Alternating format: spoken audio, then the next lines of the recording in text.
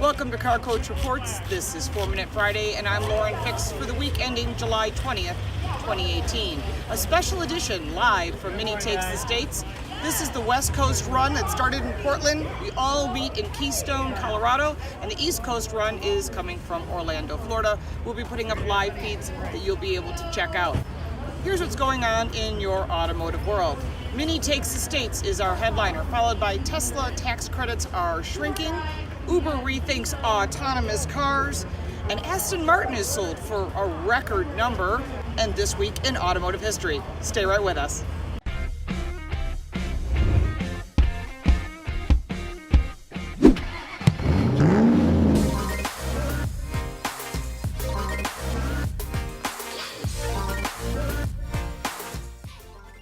Let's put 4 minutes on the clock.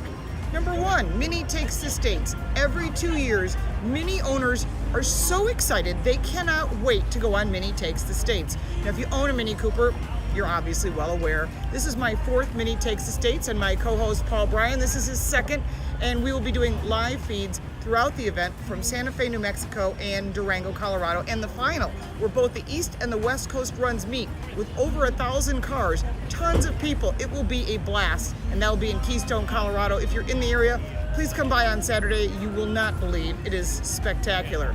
Now, if you're not a Mini fan and you've never checked it out, Mini Takes the States actually is helping Feeding America. It's a charity they work with, and everybody donates money, and it's really all for a great cause. We have support from different manufacturers who are also donating money. So if you have a Mini, if you don't own a Mini, you're thinking about owning a Mini, this is all for a good cause, and I give Mini Cooper a lot of credit. If you haven't driven one in a while, I own one, take one for a drive.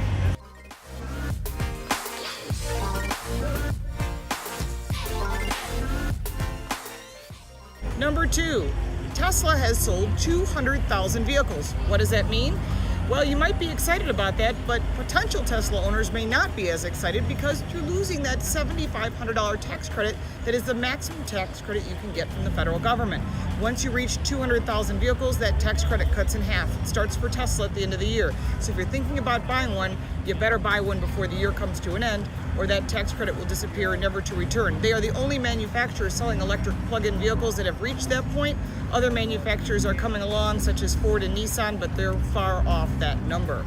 So just want to let you know, before you go out and buy one, buyer beware.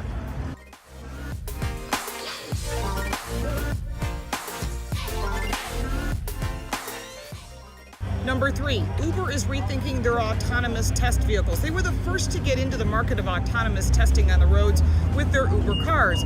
And they did have someone behind the wheel. Unfortunately, there was a death in Tempe, Arizona, and that has caused them to start pulling back on their research. And even in Pittsburgh, where they continued to test, well, now it looks like they're going to shelve it. In other self-driving news, Apple is still working on their autonomous vehicle, which no one seems to know much about. However, somebody who was an employee was boarding a plane to China because they were going to sell that technology. Yeah, they got arrested. You don't want to ever play with Apple. They certainly have enough attorneys and people watching, and there are only 50 people that know about the technology for the Apple car or the Apple technology. So that we'll keep you posted on as well. Should be interesting as things evolve, but you probably won't see autonomous vehicles on the road for quite a while.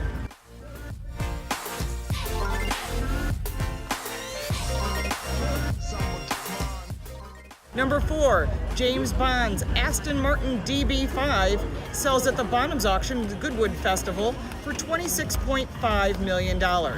Yes, that is the vehicle that you've seen also in Thunderball, and it's going to the Spy Museum. If you haven't been to the one in DC, it is a very cool museum, and you don't have to be into all that spy stuff, but if you love James Bond, this is an awesome car, and it is a beautiful vehicle.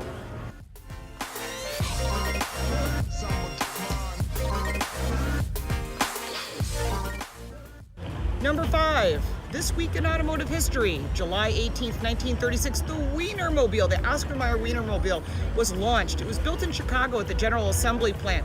Very popular. Used it at all the fairs. It was a great way for Oscar Mayer to introduce their hot dogs. And as that got more and more popular, they redid it. And later on in 2008, they used a Mini Cooper. How profound. We're here at Mini Takes the States. It was a Mini Cooper S chassis, and it was a little bit smaller than the original Wienermobile, but people love it. So if you've seen one, you've got pictures, let me know down below, because it's great, the pictures that you posted on Facebook, and I'm very excited because if you've never driven an Oscar Mayer Wienermobile, I have a friend that has and said it's the most odd thing to drive you've ever driven.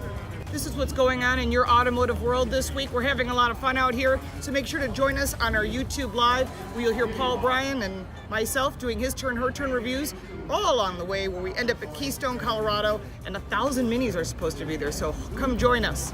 So if you like what you're seeing, make sure to like and share. Also, subscribe to that Car Coach Reports newsletter, and if you do subscribe, make sure to hit that little bell next to it so you know next time we're posting either a 4-Minute Friday, a his turn, her turn review, or Car Coach Reports. Thanks so much for watching, and we're going to see you next week.